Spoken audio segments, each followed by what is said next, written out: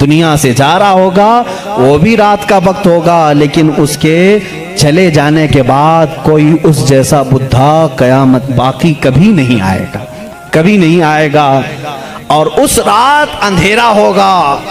یہ سب اس نے، یہ چکاوتی سننا جو کتاب میں بتا رہا ہوں اس میں، اور کچھ دساتیر ہیں اس میں یہ باتیں بیان کی گئی۔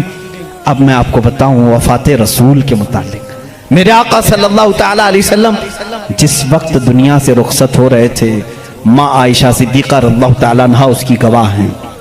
وہ پیر کا دن تھا، شام ہو چکی تھی، رات کا وقت تھا، بعض روایات میں ہے۔